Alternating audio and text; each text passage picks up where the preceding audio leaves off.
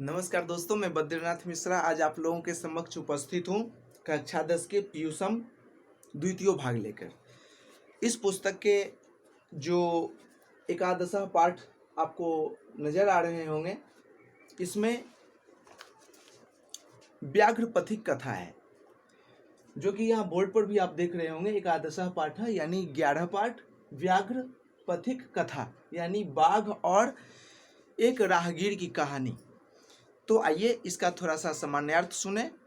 तो इस तरह से व्याघ्र पथिक कथा का सामान्यार्थ है, अयम पाठ नारायण पंडित चितस्य हितोपदेश नामकस्य नीति कथा ग्रंथस्य मित्रलाभ नामक खंडात संकलितः। अर्थात यह पाठ नारायण पंडित के जो हितोपदेश नामक उनके ग्रंथ हैं, नीति ग्रंथ हैं, मित्र लाभ नामक जो खंड है उससे लिया गया है। हितोपदेशे बालानां मनोरंजनाय नीति शिक्षणाय च नाना कथाः पशु पक्षी संबंधाः श्राविताः। अर्थात हितोपदेश बच्चों के लिए मनोरंजन का और शिक्षा का एक साधन है, और इसमें अनेक प्रकार के पशु पक्षियों के से संबंधित और पशु पक्षियों पर को आधार रखकर कहानी को दर्शाया गया है। प्रस्तुत कथायाम लोभस्य दुष्परिणाम प्रकटिता। अर्थात हमारे जीवन में लोभ का दुष्परिणाम क्या होता है, इस कहानी में हमें सुनने को मिलेगा, और इसमें प्रकट भी किया गया है कि लोभ का दुष्परिणाम क्या होता है। पशु पक्षी कथानाम मूल्यम मानवानाम शिक्षार्थम प्रभुतम भवति।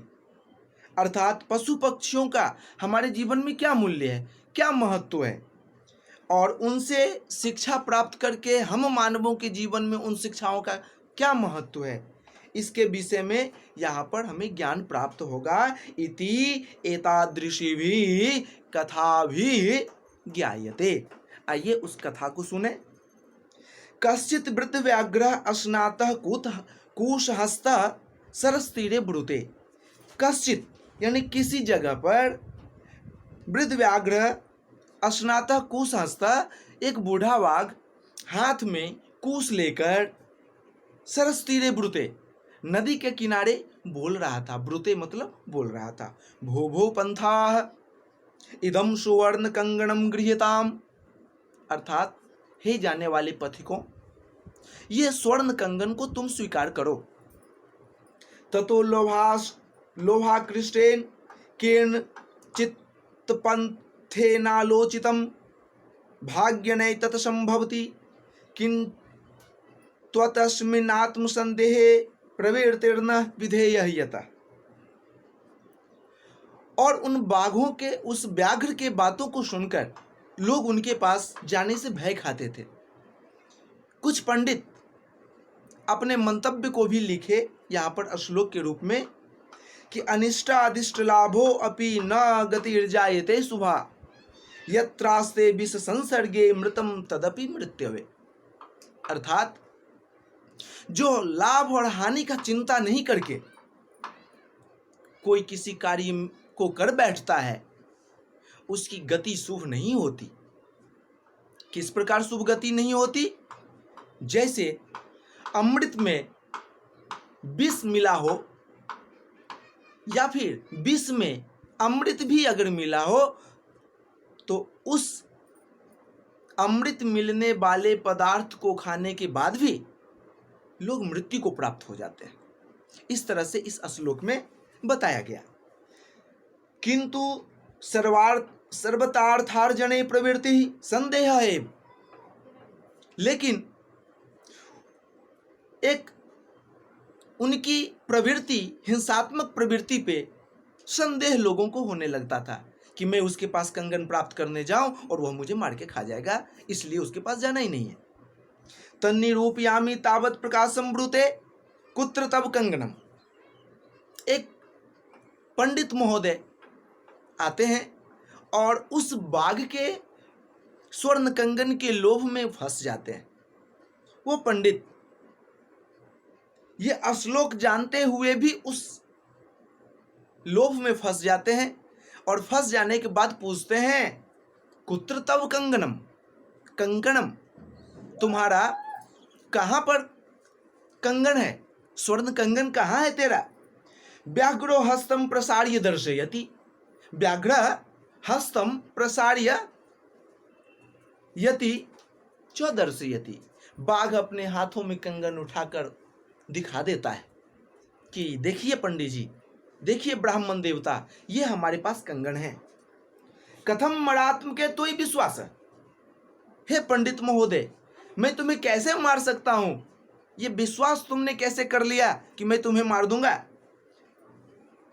व्याघ्रवाच सुनो रे पंथ, तो पंडित जी बाघ से बोले कि मैं तुम पर कैसे विश्वास करूं कि तुम मुझे नहीं मारोगे। तो बाघ ने बोला, वह बाघ कहा, सुनो रे पंथ, सुनिए, प्रागेव यौवन दशाया मतिर दुर्वृतः आसम, जब मैं युवा था, वो बाघ बोलता है, व्याघ्र बोलता है, जब मैं युवा था तो मैंने बहुत सारे दुर्व्यसन को किया, बहुत सारे मैंने कुकर्मों को किया।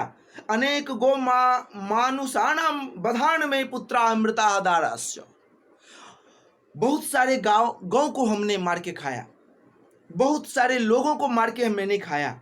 उस पाप से मेरे पत्नी और मेरे बच्चे मर गए। वंशहीनाश्चाहम, मैं वंशहीन हो चुका हूं।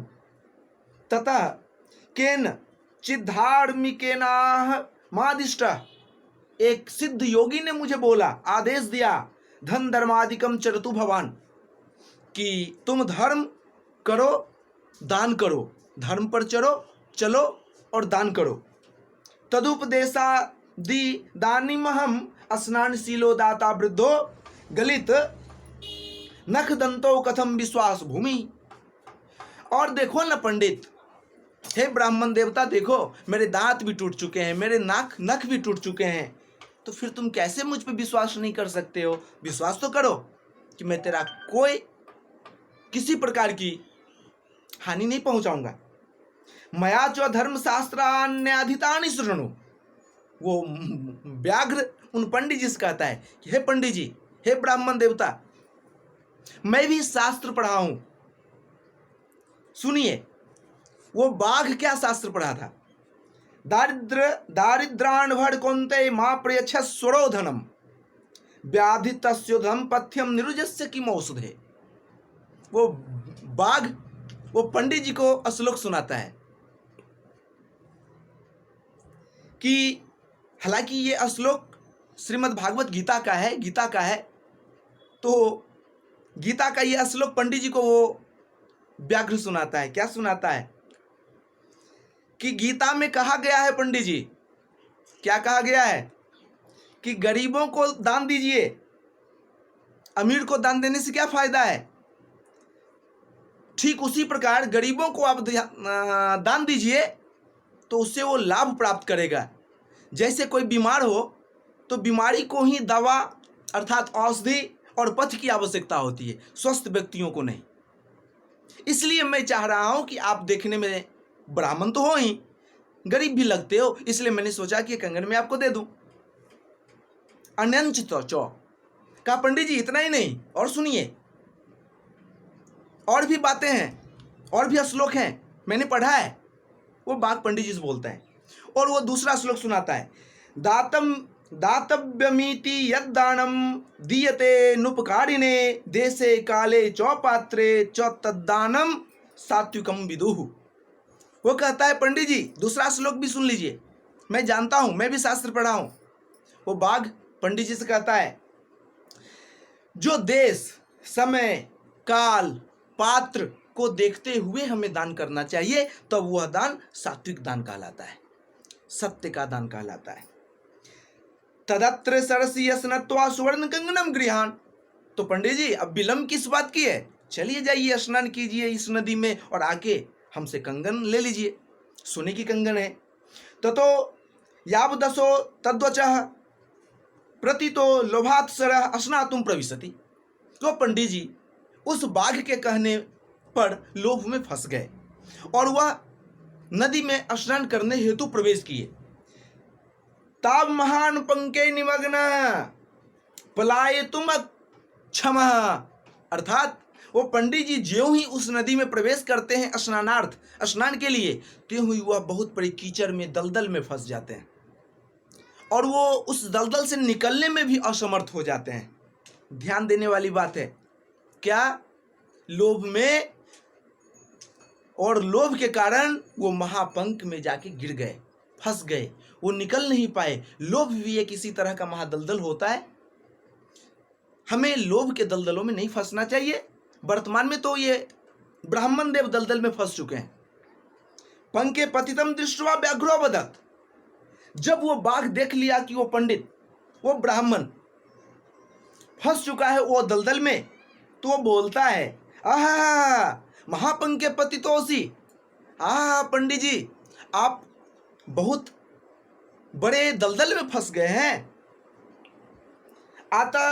आतस्तक तो हम मुत्थापयामी, मैं आके आपको निकाल देता हूं। ध्यान देने वाली बात है, वो बाघ पंडित जी को कहां से निकालेगा? वो कीचड़ से निकालेगा या दुनिया से निकालेगा? तो कहां से निकालने की बात कर रहा है? तो वो बाघ कहता है, पंडित जी घबराइए मत,